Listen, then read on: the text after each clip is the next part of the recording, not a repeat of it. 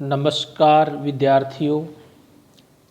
हम आज व्यवस्थापिका के बारे में अध्ययन करेंगे।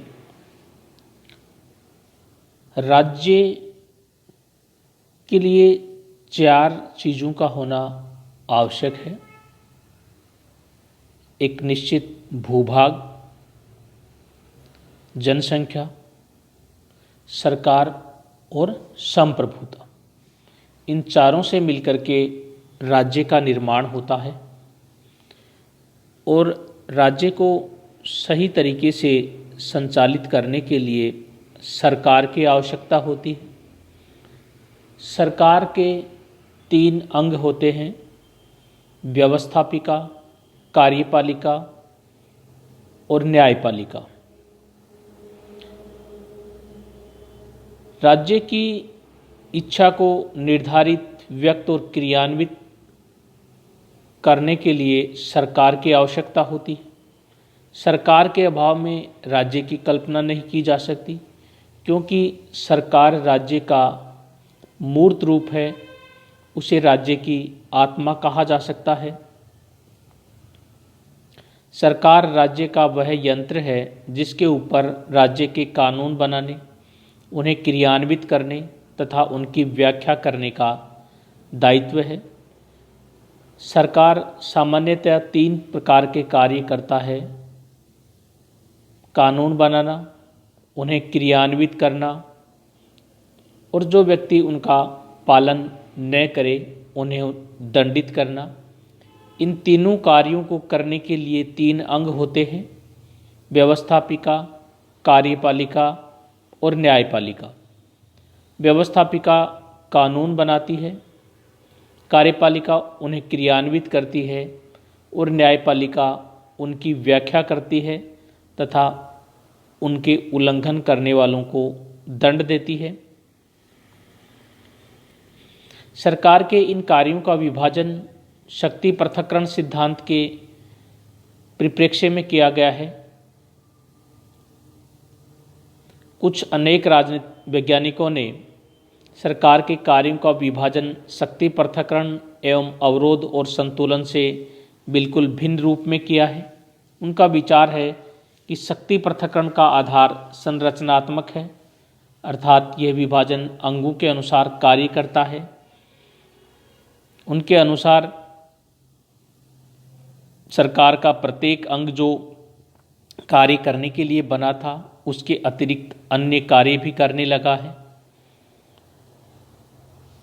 तो आधुनिक परिस्थितियों में वास्तविक विधि निर्माण तो कार्यपालिका द्वारा किया जाता है। विधानमंडल कार्यपालिका द्वारा प्रस्तुत विधेयकों को औपचारिक मान्यता मात्र देते हैं। उसी प्रकार न्यायपालिका भी केवल न्यायिक कार्य नहीं करती, वरन विधि की व्याख्या भी करती है और विधि की व्याख्या के साथ साथ विधि निर्माण का कार्य भी करती है। तो इस प्रकार से 3 सरकार के अंग हैं: व्यवस्थापिका, कार्यपालिका और न्यायपालिका। व्यवस्थापिका की स्थिति के बारे में कुछ लोग ये भी कहते हैं कि यह एक राष्ट्र का दर्पण है, जन इच्छा का मूर्त रूप है। वहीं दूसरी ओर इसे बात करने वाले लोगों की दुकान जैसी संज्ञाएं भी दी जाती हैं। कार्यपालिका की शक्तियों में लगातार वृद्धि होने के कारण व्यवस्थापिका की स्थिति में कुछ कमी भी हुई है और कुछ स्थानों पर व्यवस्थापिका को रबड़ की मोहर का रूप दे दिया गया है कि व्यवस्थापिका कार्यपालिका द्वारा पहले से बनाई गई नीतियों का समर्थन करती है। व्यवस्थापिका सरकार का सबसे महत्वपूर्ण अंग होता है और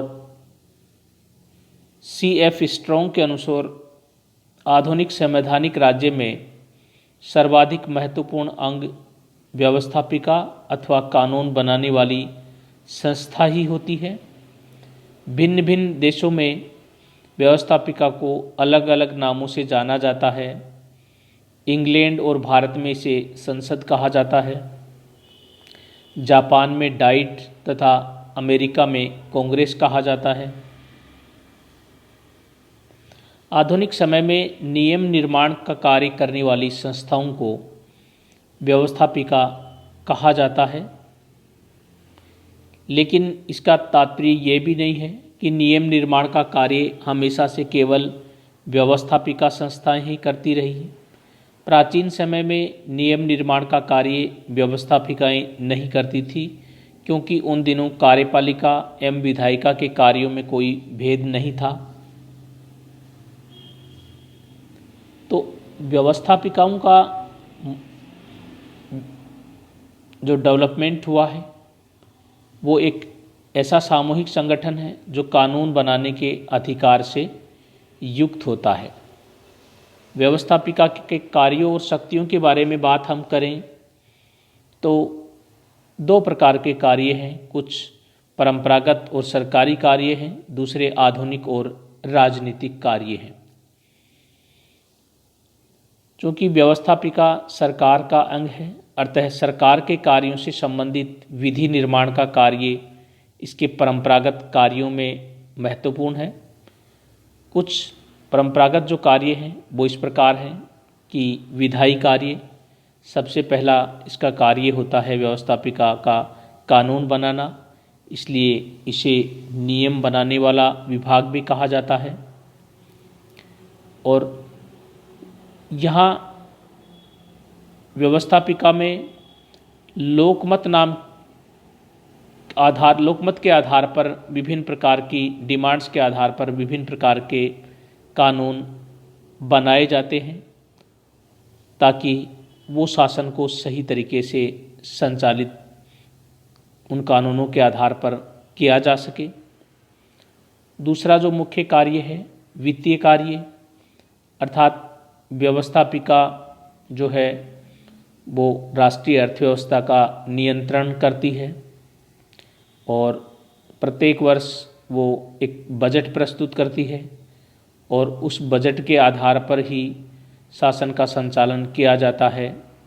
बजट एक वार्षिक आय व्यय का ब्यौरा होता है, जिसे संसद द्वारा पारित करने के बाद में गवर्नमेंट राष्ट्र की नीतियों के लिए खर्चा करती है।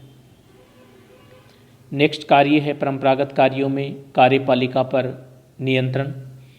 विधायिका कार्यपालिका पर नियंत्रण करती है। संसदीय शासन वाले देशों में कार्यपालिका पूर्णतया विधायिका पर निर्भर है। कार्यपालिका विधायिका के प्रति उत्तरदायी होती है। विधायिका कभी भी अविश्वास का प्रस्ताव पारित करके मंत्रिमंडल को भंग कर सकती है और अध्यक्षीय शासन प्रणाली में कार्यपालिका व्यवस्थापिका के प्रति उत्तरदायी नहीं रहती, किंतु विभिन्न उपायों द्वारा कार्यपालिका पर व्यवस्थापिका का नियंत्रण रहता है। संसदीय प्रणाली में अविश्वास प्रस्ताव, निंदा प्रस्ताव, प्रश्नकाल, बजट आदि के द्वारा जो सरकार है, सरकार पर कार्यपालिका पर जो व्यवस्थापिका है नियंत्रण रखती है। अध्यक्षात्मक शासन प्रणाली में महाभियोग की प्रक्रिया के द्वारा नियंत्रण रखा जाता है। नेक्स्ट जो कार्य है वो है न्यायिक कार्य, अर्थात विधायिकाएं कुछ न्यायिक कार्य भी संपादित करती हैं। जैसे ब्रिटेन की लॉर्ड सभा देश का सर्वोच्च अपीलीय न्यायालय है और अमेरिकी राष्ट्रपति पर महाभियोग लगाने पर कांग्रेस का ऊपरी सदन सीनेट महाभियोग की न्यायालय की भांति सुनवाई करके निर्णय देता है। नेक्स्ट कार्य है निर्वाचन संबंधी कार्य, अर्थात अनेक देशों में व्यवस्थापिकाएं निर्वाचन संबंधी कार्य भी संपादित करती हैं। जैसे इजराइल और भारत की संसद राष्ट्रपति का निर्वाचन करती है। और नेक्स्ट कार्य है संविधान संशोधन संबंधी कार्य, अर्थात जो संविधान में संशोधन के कार्य हैं वो भी व्यवस्थापिकाओं के द्वारा किए जाते हैं। धन्यवाद।